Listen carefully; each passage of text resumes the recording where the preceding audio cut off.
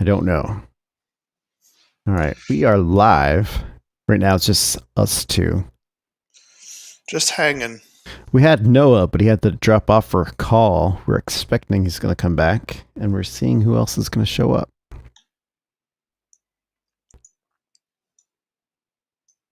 But hello, world. Happy Monday. Happy Monday.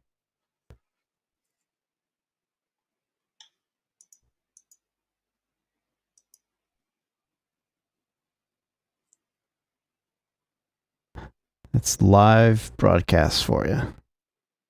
Never know what you're going to get. Just roll with the punches. See what happens. I mean, we went live though, right? So that's like, if we build it, the people will come. They're here. We've got some people here just staring at us.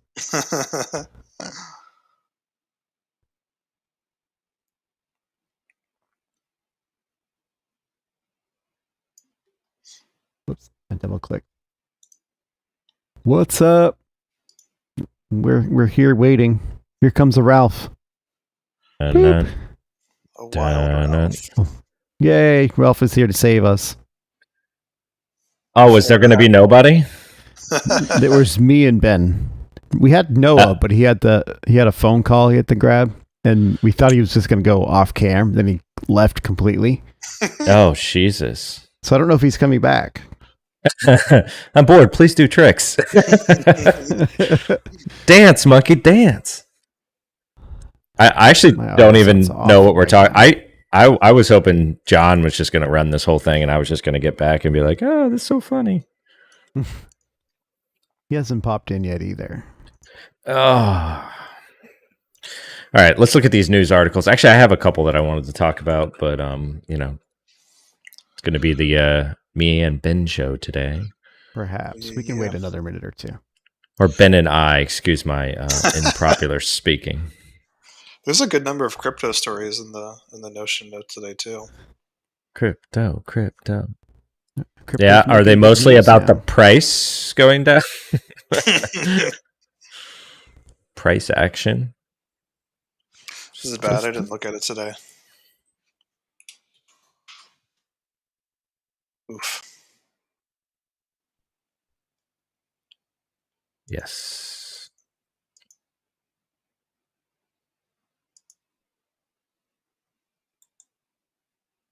Oh yeah. If we're looking at the price, it's bad. Just wait a little bit. It'll come back. It'll be fine.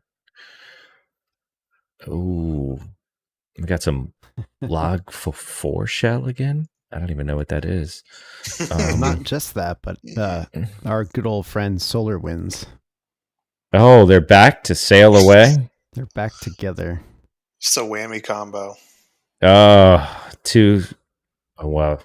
one supply chain, one just epic vulnerability combined together to take over the world. Oh, Corey's here. We got Corey. I got my America shirt on. Oh, America! yeah. Darryl Waltrip, baby! Darryl Waltrip. Yep. The one NASCAR driver that ain't anything. Oh, well, welcome to the party then. America. That's all I'm going to say the whole show. Just America. Yeah, that's your only contribution boogity. to the entire show. Just point at me if you need someone to cry an eagle tear onto the American flag. I should pan down so it's more obvious how much I love Darryl Waltrip. I feel like this is half of an advertisement here. For the record, not an actual NASCAR fan. I like more tracks that have more than 4 corners, but or they have 2 of more those than just in the lefts, season. or is it rights? I don't know. I haven't, Dude, watching NASCARs try to do road courses is just funny to me because they just they're too big and they just clog up all the road courses. I mean, it's fun action, but Now we're pulling them in. We're recovering. Oh, wait, who let Noah in? I thought we said that this is going to be a hackers only podcast. Hey, didn't we put a password on this for a reason? Fans, check the Discord. Dude, I know that guy was like, "Oh, Monoprice is gonna fucking."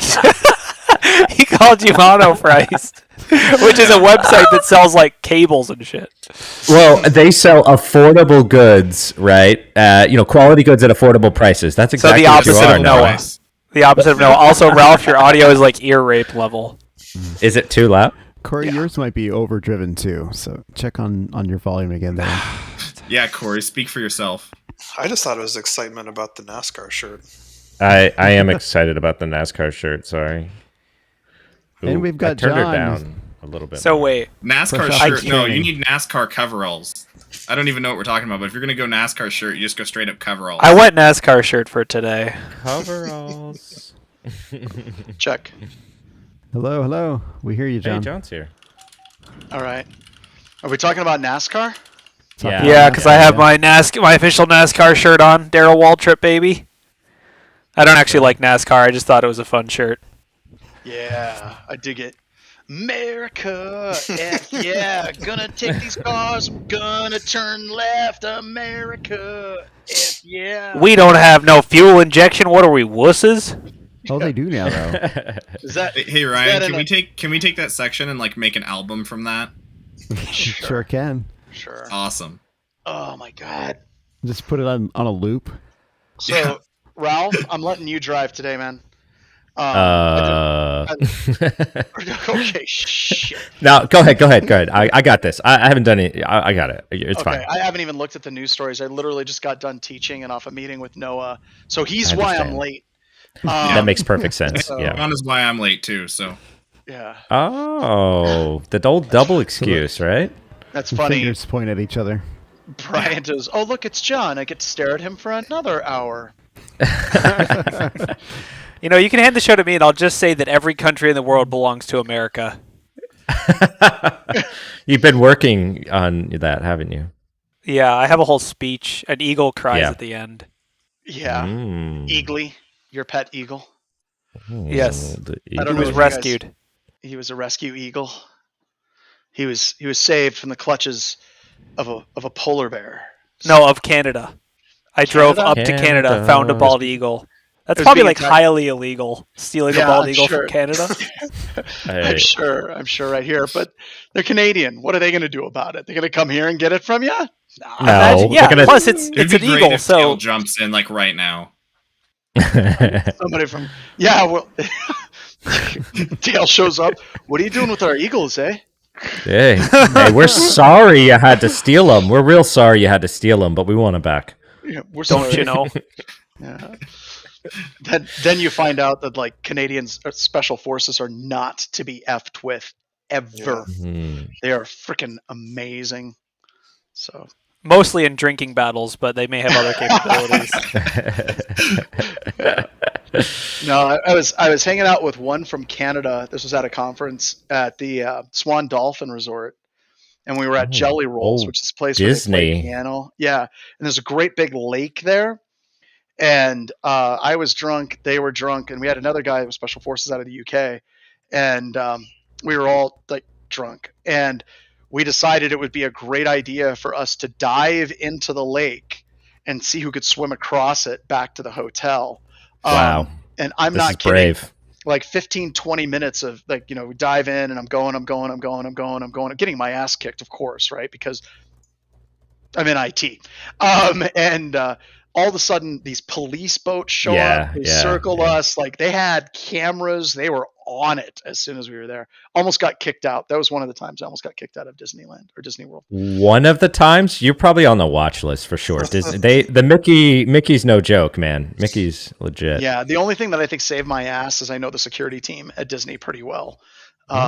So I think that helps. So, all right, are we ready to light this and get going? I gotta say, that shirt just makes me feel like, yes, it's America. America. I turned down my Heck mic. yeah. Sorry, everyone. Hopefully it's better. That's much better. You're good. We got a phone call. We'll wait. Oh, it's from America. We'll start It's from this. Disney. It's a phone call from America. Hey, No. this is Disney's America. calling. We are going to Yeah. charge you $10 for every time you don't say America. America. Ralph, what is that? Is that the Florida flag? That Yeah. okay. You didn't know I figured that? it was. Obviously, I you're not didn't- I've never American. seen it. Ah! What flag? You got a point. Ralph's hat, the Florida My flag. hat, the Florida flag, because I'm Florida man. I thought it was right? like the dive certification, like No. the No, that's Patty what's got the logo in the certifications. middle. That's a different one. That's Yeah. that's completely different. God Oh. damn it! I see now that we've got to add flag recognition in the interview process at BHIS. Vexillology. Yeah, We so- really missed one What here. about So flag what about- signaling identification? Because that seems What- even more relevant. It's like, what am I doing here? Like, you're having me do flag recognition. I could do racetrack flags. I know all the flags. The black flag, yellow flag, stripe, passing flag. I never see that one. Too fast. Yeah, Oh, I've got the punk rock. I've got the anti-flag, the black flag. We got that down too. So what makes you feel like you're qualified to work at Black Hills? Well, I know cybersecurity. That's irrelevant. Do you know anything about naval flag recognition? Because that's what we're really all about here. Let's say you're full astern or whatever. I don't know. No, we really don't care if you know the Hypothetical. answer. We don't care if you know the answer to that question. We just want to see how you troubleshoot. How would you come to the answer to that? Present this to a client. What is a jib? Go. You will be giving a training in 1 hour on sailing. Yes. Prepare a slideshow and We're going to be giving a presentation on sailing to Moxie Marlin Spike. He'll be here in 15 minutes. Get ready. So, all right, jeez. we need to get this going. Yeah, we'll be just chatting forever. So, I Ralph, was you're going gonna to take stop the you. This is intro, or great. do you want me to do Yeah. the intro? Yeah, I Oh, got you it. got the intro. God damn, that's great. Awesome. That's awesome. I'll just sit here, stand still, and look pretty. All right, All right, Ryan. here we go. 3, 2, 1 for the other 3, 2, 1.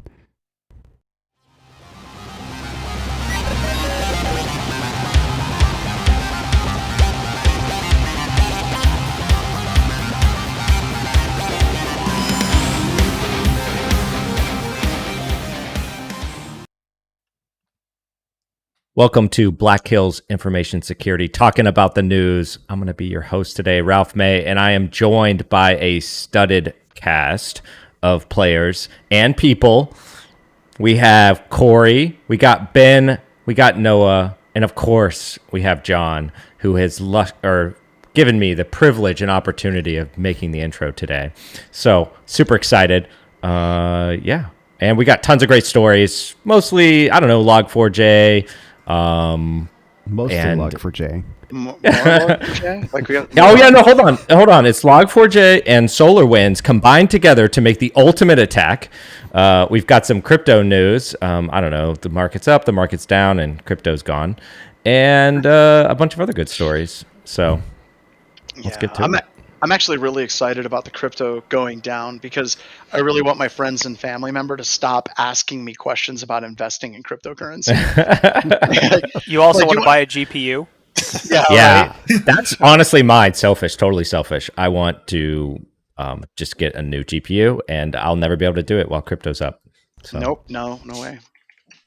So, what do you guys want to talk about first?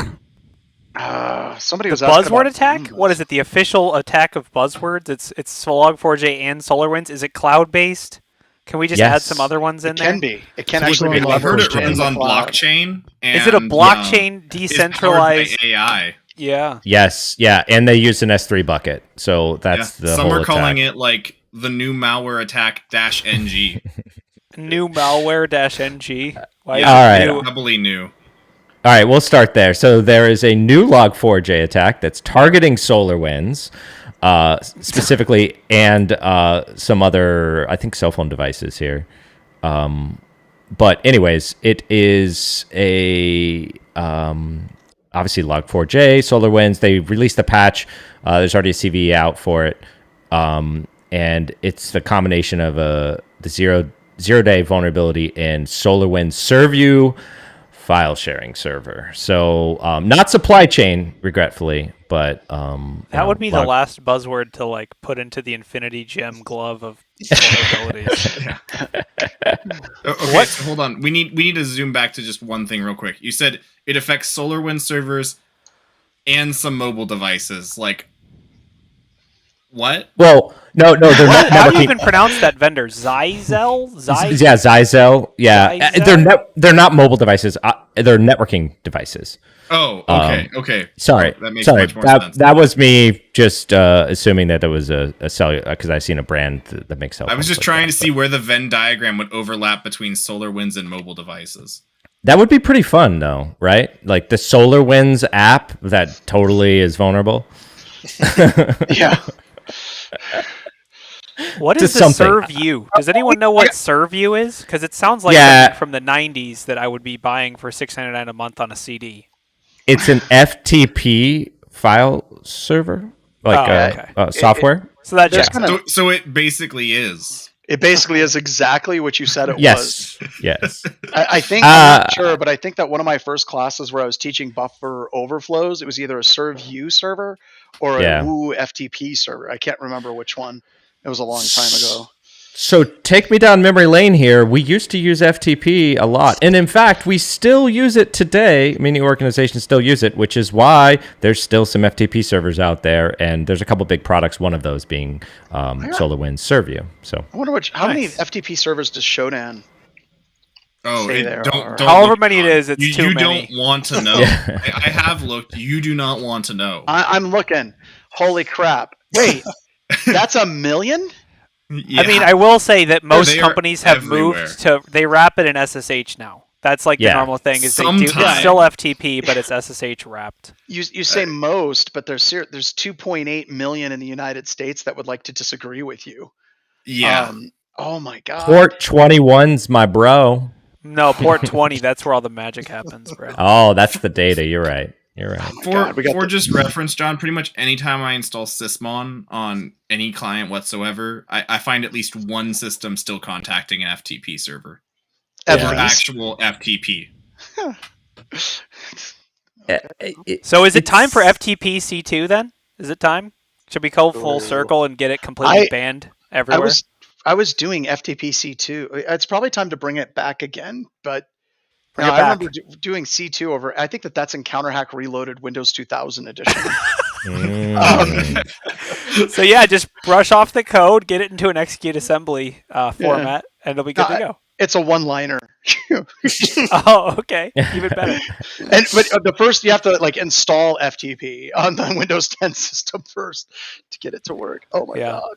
I This mean, is so honestly, though, it is interesting that it's not a policy violation. I assume it's like old vendor stuff, probably like Yeah. our, I don't know banks. that you have to install FTP, actually, John. I think it's still built in. I'm checking. No, it's still built in. Open up your Windows 10 box and type FTP. You All right, need well, looks like we have a new C2 vector. I mean, it. Oh, beautiful. Beautiful. Nothing better than the built-in FTP. Oh, it's in there. It's still in there for support for Explorer because I've worked with it where Explorer can access FTP shares direct.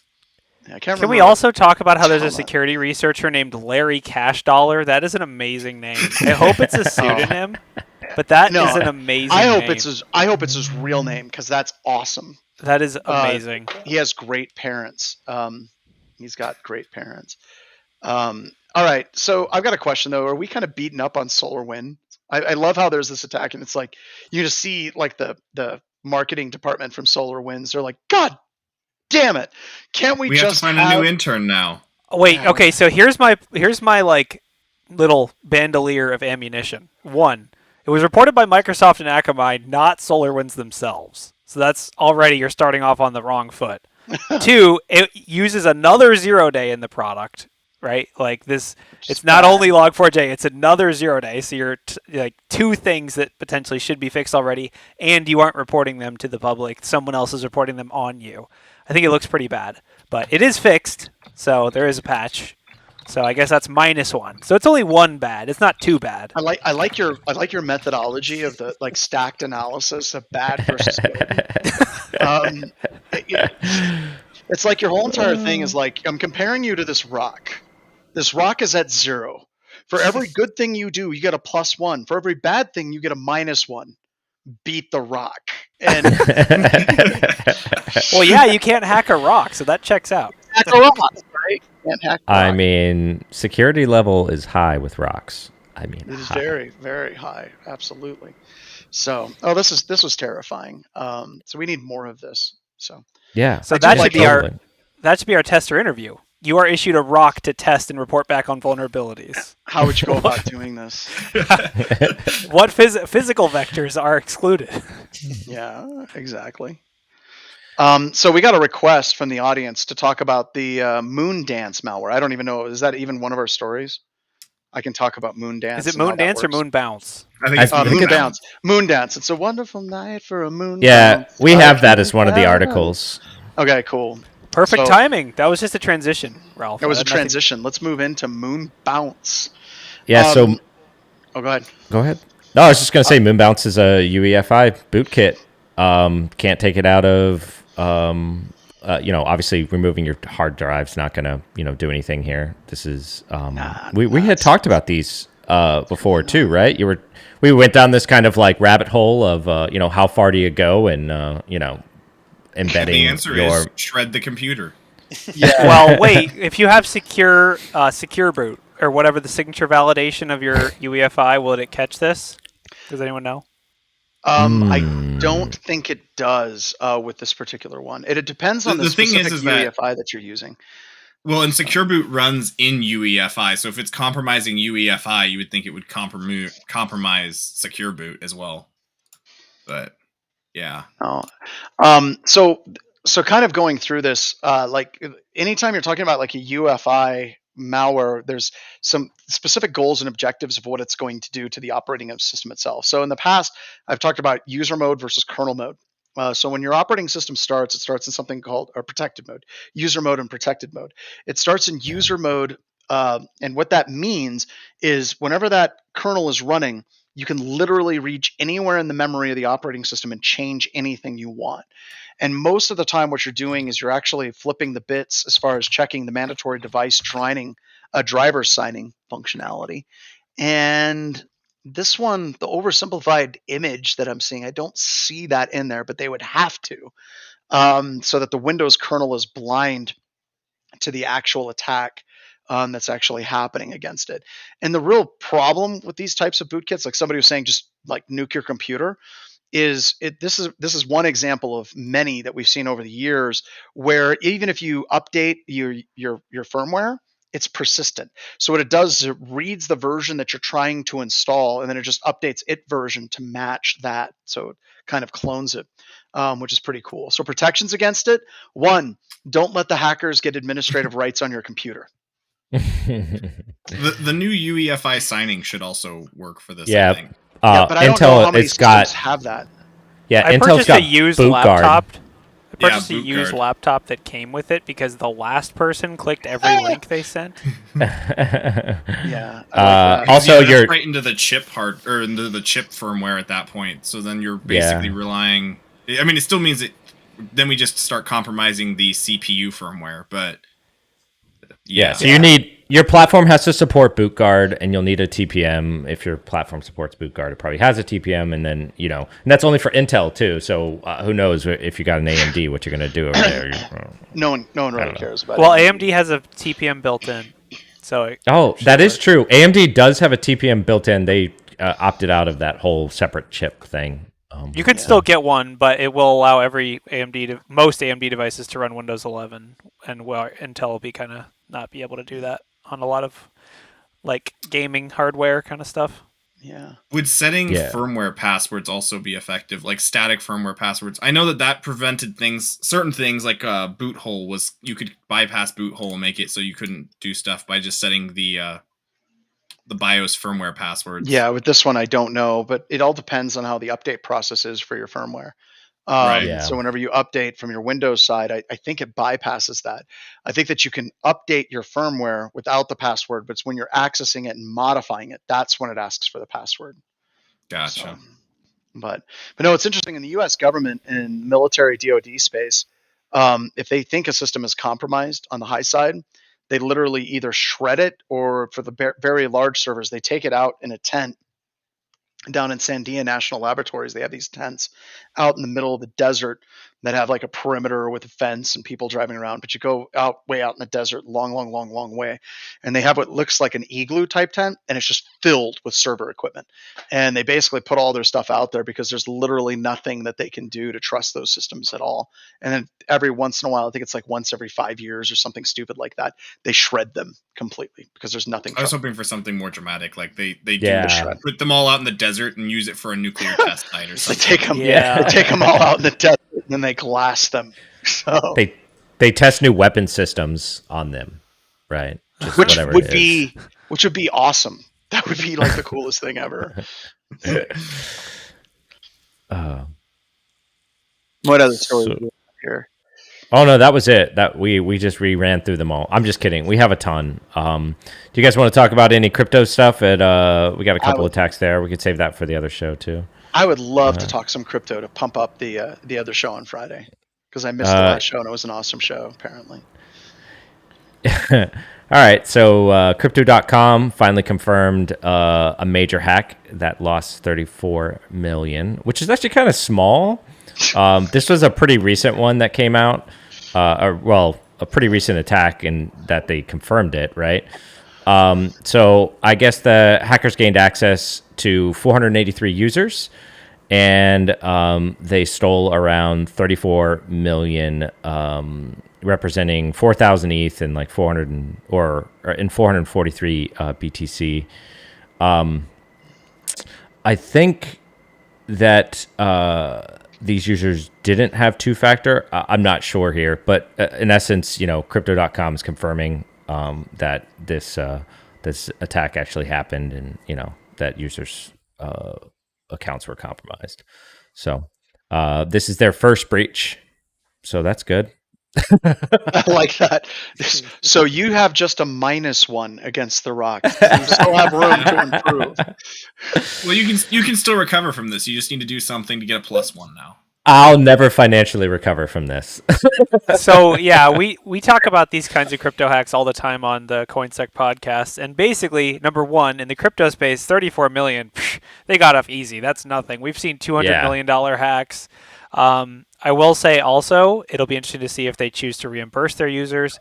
Typically, these kinds of centralized marketplaces do reimburse their users because they know if they don't, then it's just like no one's ever going to use their product ever again. So it's kind of a mandatory thing. But so they do what they can to take care of their user population then. Yes, we've seen. I mean, obviously, if it's like a poly hack where it's 200 million or something, it's like, I don't know, like, none of these startups probably have a bank account with $200 million in it. But what they can usually do is either, work to probably pay back their users in most cases. And if not, then they'll reissue tokens and do crypto magic things to get the users paid out in some currency, if not US dollars. So I guess this attack was a issue with their two-factor challenge.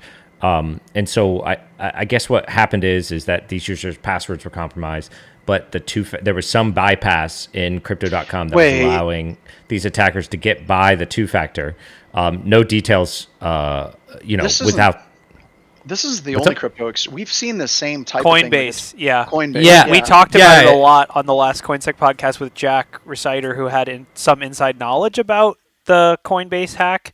And basically that was more... It was cred stuffing or whatever you want to call it, where people are reusing credentials, but it was also heavy social engineering, and also I think the only flaw that was actually in Coinbase, and Ralph, keep me honest here, was that it would give you a lot of positive responses along the way. Like it would say, this user doesn't exist. This user has a two-factor token. This user has a phone.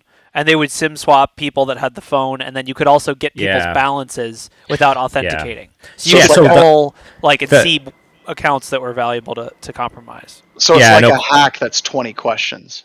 Yeah, and that's what they did. So like the actual exploit, right? Like as opposed to like just being like get past two-factor, it was they were able to get a little bit more information each time, and then they had to go do the groundwork. So like, all right, this is definitely have a mobile. Here's the mobile number, and then they have to find the they have to SIM swap them, and then after they did the SIM swap, they were like, all right, well, and the other big thing the other big vulnerability of the Coinbase one particularly is they could see the balances, so they knew if it was worth the time to do the SIM sim swap, and that's also what resulted in so much success, right? As opposed to like sim swapping a ton of people and then being like, I made $50, right? Like nobody had any money. It was all like it was all like Discord groups running these hacking groups, and they would like have, there was a lot of social engineering, like having the wife, I'm spoofing a text and being like, hey, can you send me this code? I'm trying to buy some crypto and I'm at the gym, or I don't know, whatever, from the husband, that kind of stuff. And like, I guess, like Ralph said, if you're going after $1 million account,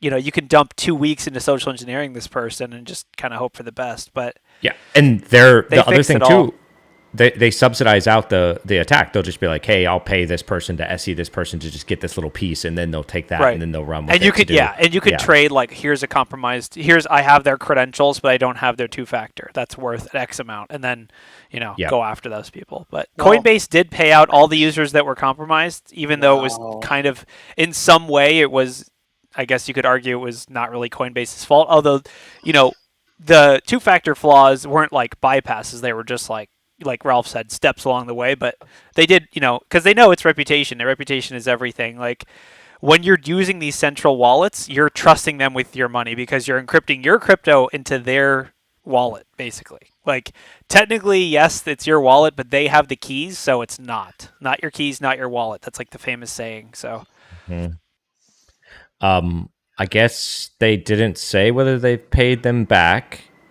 Speaking of that, and then the last thing, they did require all the users to reset up their 2-factor for all of crypto.com. So and these like the details will probably shake out over time. Like whether it was really a security thing or whether, because Coinbase at first we were like, was this a bypass? Was this what was it? And then it turned out it was just kind of, I guess you could call it weak API implementations or, web apps. Web app stuff we would report as like low or medium severity, not like you could just not, log in. Yeah, you would be able to have their password and then for some reason it would show their account balance. You couldn't do anything with that, right? But that one piece of information makes that target more obviously, someone you would want to attack as opposed to someone who has $0. It's enumeration or information disclosure. We would call it information disclosure, right? Yeah. It's not good by itself. Well, and our customers hate it when we put those in reports because they always ask the same question. They're like, well, what would an attacker do with this? And it's like, well, you don't need to be giving them that information. So let's pull it back a little bit. I would say anything financial, if the information disclosure is account balances, definitely. That's a big one. Right? You have to put it in context. Yeah, if it's like, oh, you disclosed the books that I read on Goodreads, okay, like cool. But if it's like you disclosed how much I have in my Coinbase wallet, that's a big deal.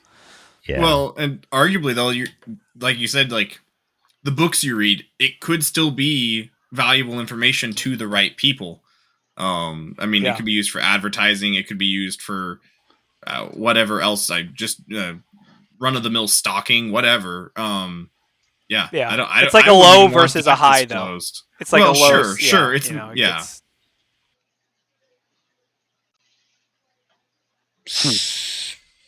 So there's so many more crypto hacks. I'm sure. Yeah. Well, even today on my training, it was kind of funny. A number of the students were making fun of the crypto thing again. They're like, "Oh wow, it's snake oil. It's not a thing." It's like.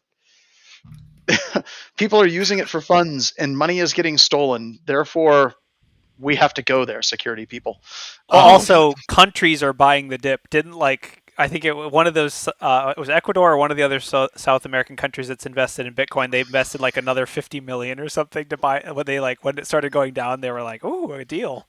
So, I guess it is kind of funny numbers and fun games, but nation states are like, "Oh, we should buy Bitcoin." It's kind of weird. I always love it. I love it when people are like, "Well, Bitcoin, what is it actually based on?" I'm like, "What are your dollars based on?"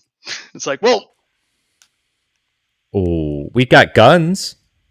The gold standard would we've replaced the gold standard with the gun standard. Absolutely, yeah.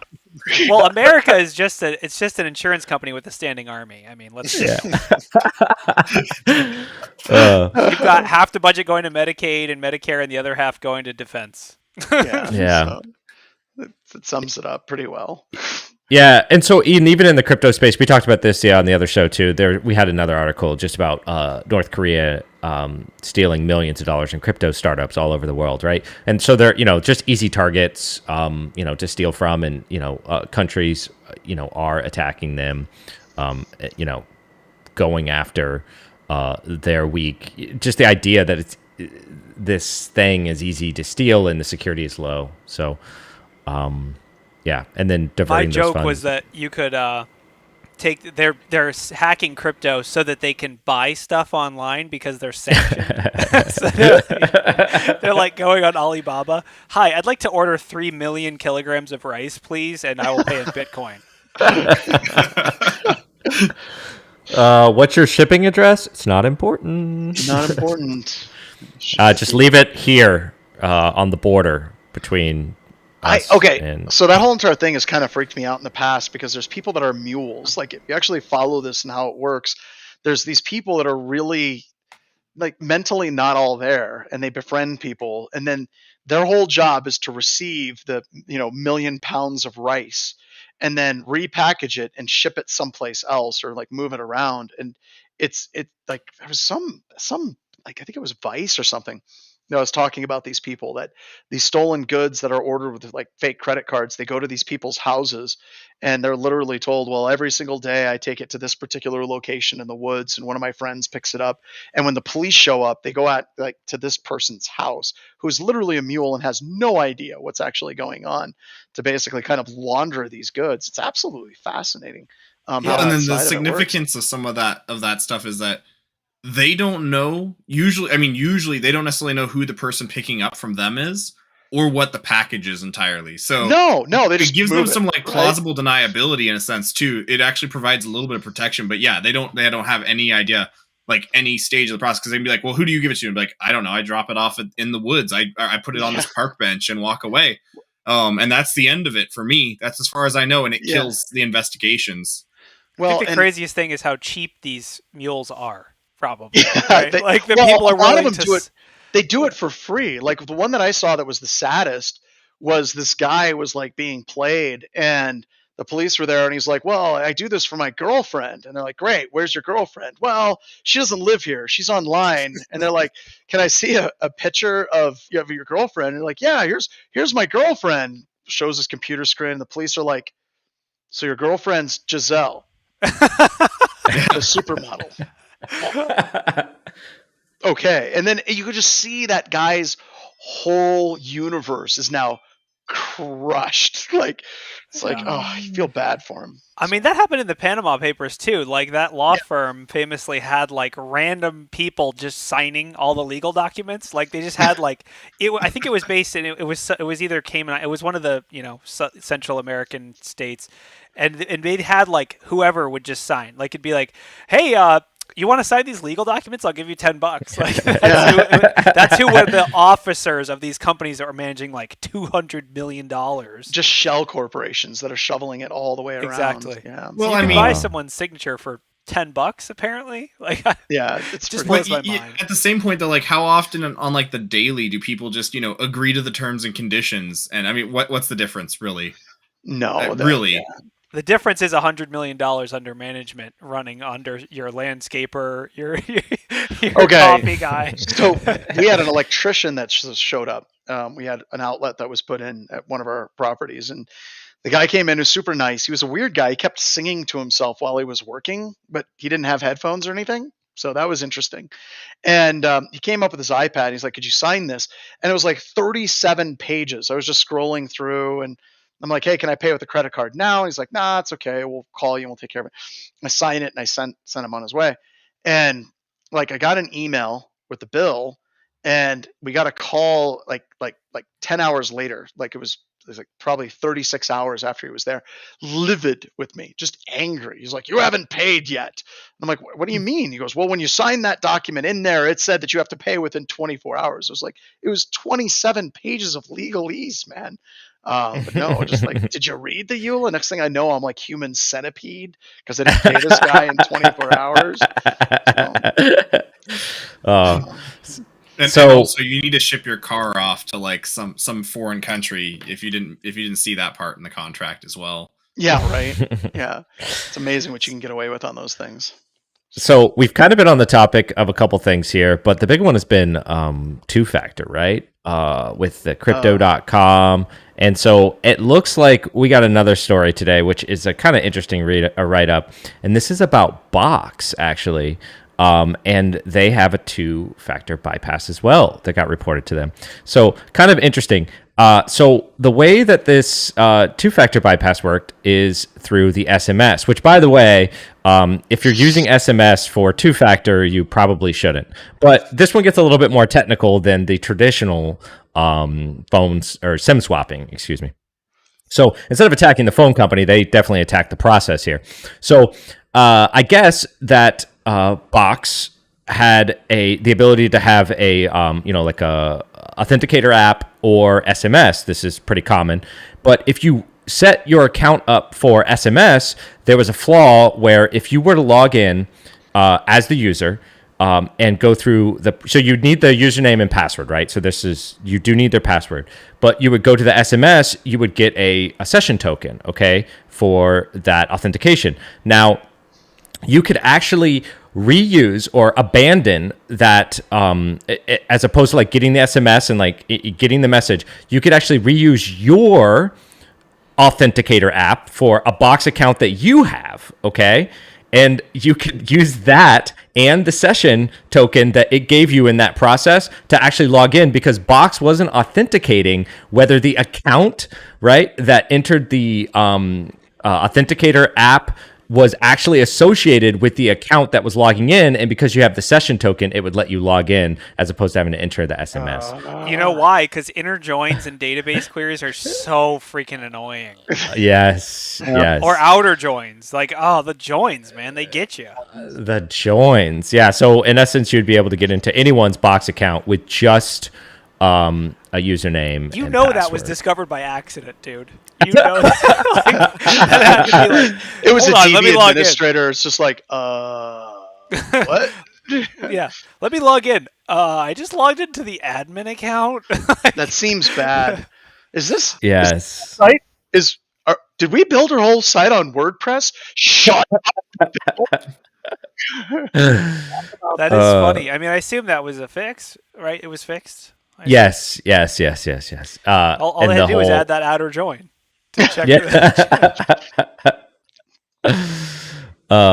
replaced it with a materialized view and called it a day. So yeah, it's kind of a sophisticated attack, but like once somebody discovered that and shared it, I mean, like, anyone who had, I think the requirement was the user did have to have SMS as like an option, right? Yeah. In their authentication there's a lot, process. Dude, there's a lot of things. So first of all, you have to have SMS enabled on your account. Second of all, you have to be able to steal the target has to have SMS enabled. Yes. And you have to steal the target's cookies password. or session tokens. see, password. You would get the password. Yeah. No. You get the token when you log in and you say, "Hey, I want to log in with SMS." You would hold that password or token. No. You You don't. their token, it would work. Well, yeah, I guess if you like fish them, right, and grab that session token, even if they didn't enter the SMS, but I don't know why you wouldn't just let them go ahead and go through that process. But it would give them a session token. Now, that session token wouldn't let you log in until you were like, oh, no, I don't really want to do SMS. I want to do, what do you call it? The authenticator app. So, yeah, there is definitely some conditions, right? It wasn't just anybody. Before I die and I'm out of the industry, I want to pull off an attack that's a social engineering attack where I get a user on the phone, have them open up their cookie in their browser and read the entire cookie to me. Like okay, it's AFB2 C. Is that a capital F? Yeah, or a lowercase F? Just read the whole thing to me. Okay, screw it. What I want you to do is read me the SSL certificate information. Dude, that's like the original Snowden thing. Is like when they were like, okay, we need to decrypt LavaBit or whoever it was that he was using for his email. They like sent him the SSL private key, but like printed on paper. So it took the court like months, or the FBI or whoever was doing it like months, like import. Someone had to sit there and data entry import the certificate like key by key. Yeah, and then somebody came by and they're like, you could have just OCR scanned that. Damn it! What? Honestly, No. though, with the Office tokens, ESTS auth persistent or whatever is only like maybe 150 characters max. Only?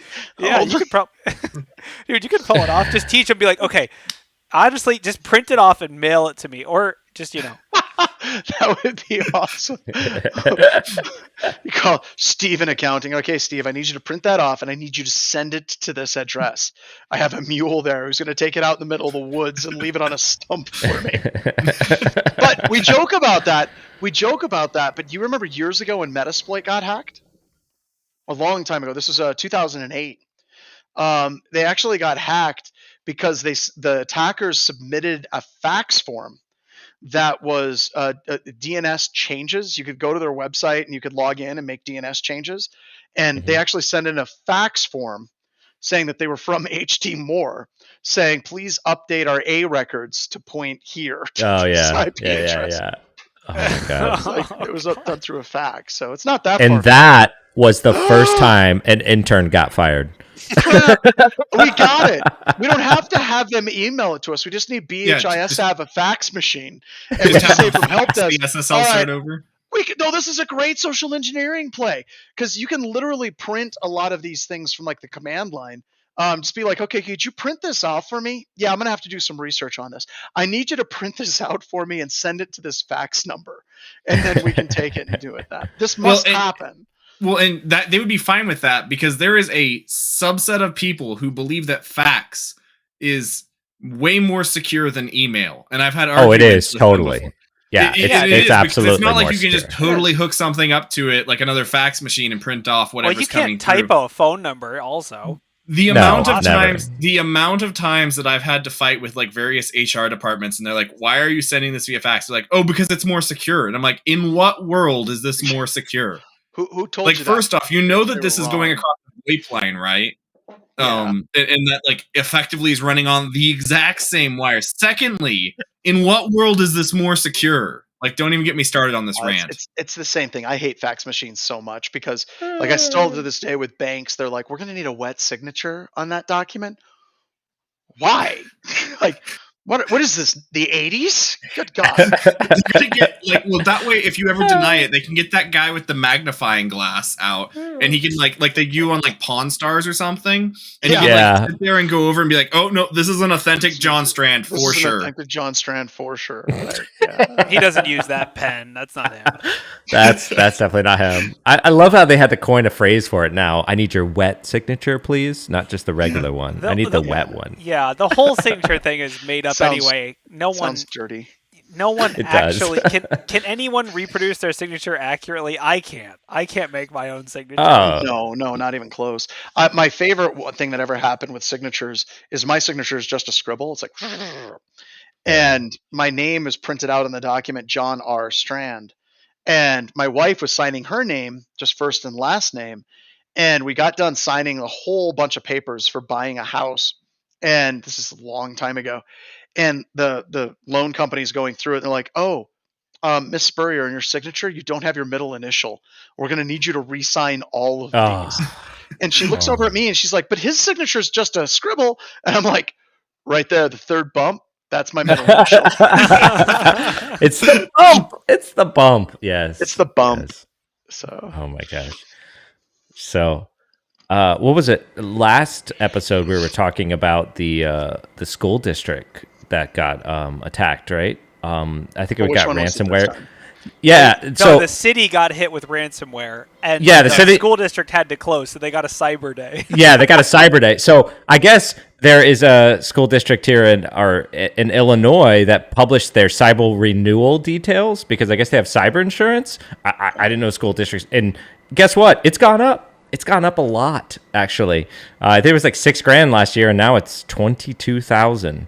334% increase. So yeah, I mean, are we surprised here? Cyber insurance is going up. The real question is how long until they have like some way to tie a pen test report into a cyber insurance rate. Like, Oh my God. Well, you talk about that. One of the things we've got to get hopping on at BHIS is we've got to get on the insurance boards for authorized recruiting on up. Like, we have to because a lot of these IR like ransomware gigs, you cannot work with a firm. Well, you can. You have to work with at least one firm that's on their list of approved vendors to do it. And yeah, I'm waiting for the insurance company to say these are approved IR firms and they're also approved to do pen tests. I shouldn't say this crap out loud because there's somebody that's listening. It's like, brilliant. And, now the cat's out of the bag on that one. That's Trustwave and Coalfire are like all over this crap, right? Mandiant's right there. Yep. Because there's a way to blow all the boutique firms out of the water, which they would love nothing more than to do that. So. Yeah, it's probably the same group that it wanted to hire me as the CFO for installing crypto on all their computer systems a while back. So, the crypto miner, the Norton crypto miner thing. Yeah. Well, we know the CFO that came up with that was definitely experienced. Yeah. So I guess MFA is now a requirement for cyber insurance. I mean, I thought it's about time. Really? Yeah. There's a SMB way to and implement RDP? MFA. Yes, SMB and RDP definitely need MFA now. Yeah, They've got it's that in here. going. That's easy to do. I'm still waiting for PCI to raise their password complexity requirements higher than. Didn't they come out with the new policy? I thought I read something that I don't. It's probably just after discussion. No, Ralph. What you missed is that all they did was increase their bribe rates. Oh, so it's just 332% more expensive to get approval without compliance. Oh, okay. So the bribe's up. Got it. The bribe. Yeah, I the think password complexity is not up. It still reads 7 characters. Maybe they're going to they're going to raise it to 7.5. Are they still allowing SMB v1 to John? Because the other day I was helping someone with access a file share, and I got that fun little message that said, "Oh, you can't access it with this version of SMB. You need to install SMB v1, please." And I was like, that is not good. What's interesting is I have a lab where we use Impacket for that. And if you try to authenticate from the Windows system, it gives you that error. But in Packet, it still captures your NetNTL MD2 password hashes. So it still tries to authenticate. And then after it does that, Windows is like, whoa, you can't do that here. Pump the brakes. We're not going to allow this to happen. But I've already given them your password and your user ID, and the challenge for that is everything that you need. But no, it's still 7 characters. Good God. It's amazing. Do you guys want to talk about some ransomware? That's a good way to close it out. I think we have to legally. All right, so this one's in a good news, I guess, as opposed to bad news. So VPN Lab, a service used by ransomware gangs, got shut down. So I guess they were they seized 15 servers operated by VPN Lab, Germany, Netherlands. I don't know, your cast of characters for European VPN services, and I guess no arrest, but they pretty much shut down the services being used to, encrypt. It used OpenVPN. Like, maybe this is just like paying off a little bit to. Do you think they could just use another service? I don't know. What do you guys think? I always think it's interesting how you have these services that pop up. Like this is like Mega, and Mega Upload is another example where you have these services. Pirate Bay would be another one going way back through history that are like, well, we just provide a service. We don't care who's using that service. The utility argument. Yeah, it's just a utility. And Skype was the same way. Like, I remember there was a number of cases that I worked with before Skype was bought by Microsoft. And you're like, hey, we got a kid that's abducted. Can you help us get the kid back? And they're like, nope. And you can stand on that for a while, but I think that there's a line where you've got enough attention of law enforcement that you're probably going down. Like, most of your business model is actually corrupt and being used for criminals. And that's kind of a weird place to be. But it sounds like this is similar, where it was a service. Anybody could use it. It was being used a lot by criminals. And, once it gets to a certain threshold, the government's just going to come in and shut those down. Here's my hot takes on this. First of all, whoever made this graphic for the site seizure is definitely a talented graphic designer. I mean, they even have the B from VPN Lab. Oh, it's all sad. It fell off the end of the so the internet. The internet is exploded and on fire at the same time. I love it. But no, I think this is totally a PR thing, because let's be real. oh no, this is whack-a-mole, right? This is like, how many VPN labs are there? 1,000, 10,000, 10 million? Yeah, but it's weird, Corey. They tend to glom on, like crime tends to use something, and a lot of them use it, and then it scatters, and then another one pops up a little bit later. You're right about the whack-a-mole, but it's not like they're using a huge number. It's like they get together and they have lunch, and they're like, so, comrade, what type of VPN are you using? And then everybody does that. It's Right. no different than corporate America. It's like, what SIM is everyone using? Apparently, a lot of people use Splunk, sir. Yeah, let's buy Splunk. You know, Yeah. just like how you'd go to these conferences and Splunk would have a booth. What you're saying is effectively there's a cyber criminal conference where they're like, oh, and there's VPN labs right over here. They And on don't this log side, anything. They Yeah. won't So- respond to any requests from law enforcement, and they don't log Yeah. anything.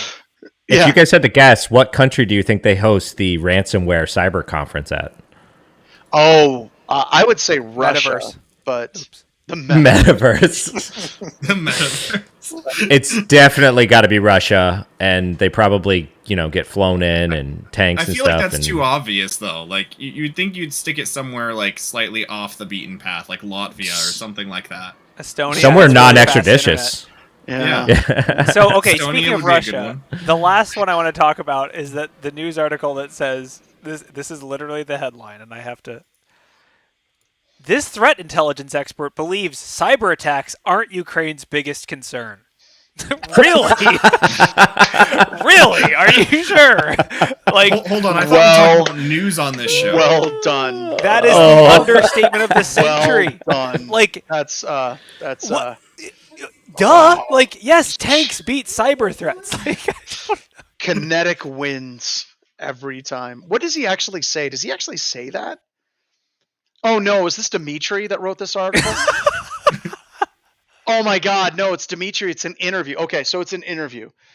Because Dimitri's a good. I like Dimitri. I haven't seen him in like a decade, but we did a Black Hat or DEF CON panel together, and he's a lot of fun. And now he's worth like X billions of dollars. I mean, look at that jacket and his ascot on it. There's just no way. I mean, right? that headshot costs more than my entire house. I know, right? Oh.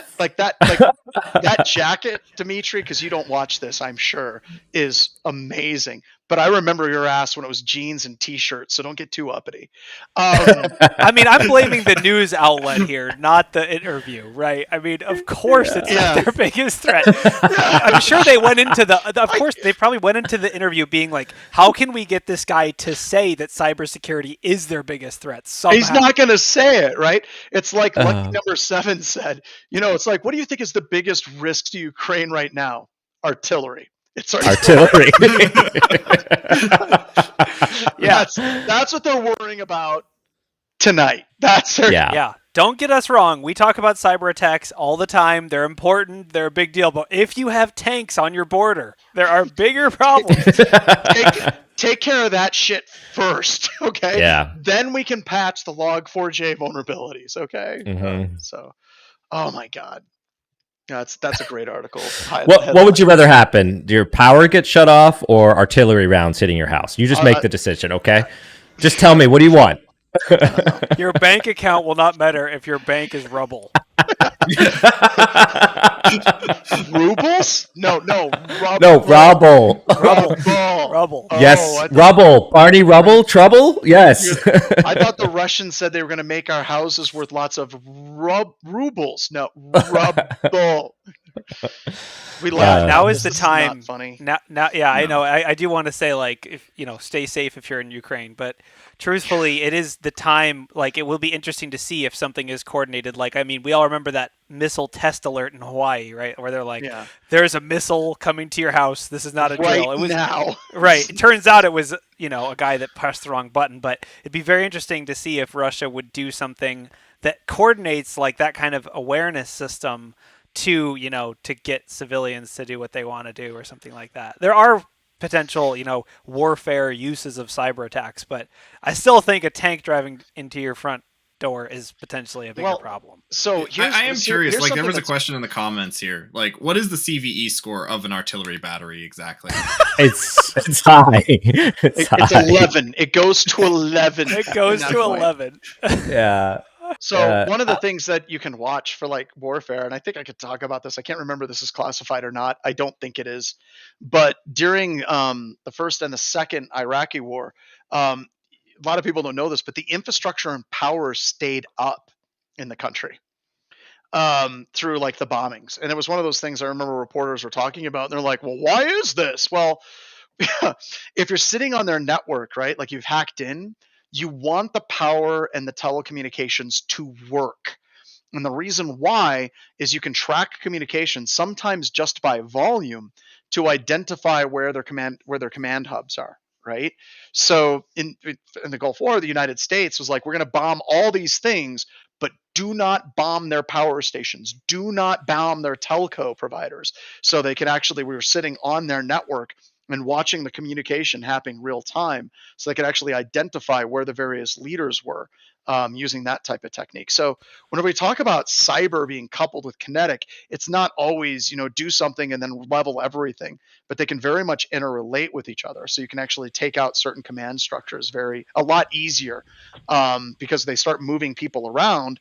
And if you can see, this has a lot of communication, and then all of a sudden the similar communication spikes up here, then you get an idea that they moved their command infrastructure over another way, which is just great. Yeah. Now they just, Proxmox said, now they just use Fitbits. Yes, Hey, all Bill. the Fitbits. Bill, what the hell is that on your wrist? It's a Garmin Phoenix 7. What is it doing? My heartbeat, my stat. I mean, that's like we talked about all the air tags. I'm on Strava. Oh my god, a public. You can find me. You can on find me, dude. Strava. We should compete, man. Get one. We can compete numbers, dude. I swear, I'm definitely more fit. Will we be reading an article about how air tags are tracking tank movements? Just a matter Like of time. the Just a matter soldiers, of time. the Russian soldiers just have iPhones. They're just reporting all the tanks' locations. Yeah. No. With Russia, it wouldn't surprise me. Like, that whole country is insane, right? Like, you got dash cam videos. I love the videos of their aircraft carrier that has to travel with a freaking tugboat everywhere it goes because it breaks down constantly. It would not surprise me if they're like, what are the comm systems for the military in Russia? Oh, they use iPhones. That's what they use, so. I mean, I will say that since Russia's taking the stance of this isn't real, this isn't a war, we don't identify as an invader. Like we identify as an invader. Identify. But I don't identify as a tank. This isn't a tank. This is a bus. This is just how we This get is around. a luxury cruise vehicle. Yeah. In Russia, they can get away with that. So the social media side, right, is the cyber side. Like getting silence and getting people's opinions to change is valuable to them on like a national security level, which is crazy. But I think once tanks start driving across borders, you can't really, you can't no longer identify as an invader. You're an invader. Yeah, you can't get away with that anymore. It's like you're walking, quacking, you're a duck. You got tanks, you got artillery. We're not soldiers. We're just playing dress up.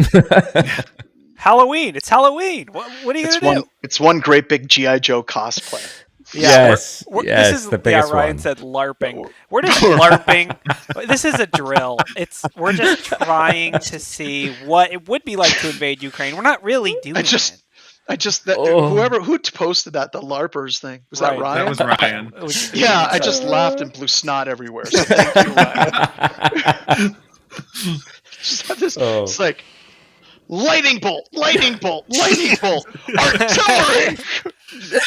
By the way, we're only all laughing so hard because they're not LARPing near us, all right? Yeah, So it's gallows humor. We're not handling this well. But once again, seriously, if you're in Ukraine, good luck. Please stay safe as much as you possibly can. If you need help with cybersecurity related matters, we'll do everything we can. And if you're Russian, there's better ways. Like you can get lots of vodka being friends with people. Like you don't have to be mean to get attention, Russia. You're acting out because you want to be seen. We see you. What's your fears, Russia? What are your fears? It's honestly probably just a phase. They'll grow out of it. Yeah, you don't have. They're to just coming out of that weird. Our economy is dependent on oil, and oil isn't worth that much anymore. What do we do? Yeah. Do we, Maybe it's honestly they just need a vacation spot. Ukraine has some really beautiful spots. It's warmer. They do. It's like. They do, absolutely. But Russia, we see you, and we're not angry at you right now. We're just Not disappointed. yet. We're just Disappointed. disappointed because you can do Yeah. better. All they Yeah, wanted someone was give him a Pepsi. Yeah, that if Kendall Jenner gives Russia a Pepsi, that will solve world peace. solves the problem. Wow. We Wow. ended on. Let's end it on Kendall Jenner bringing us all together. Going Wow. from this. We need to go from this to this. All right. Wow, All that's right. Well, deep. take it out, Ryan. We appreciate everybody. Take care and stay safe.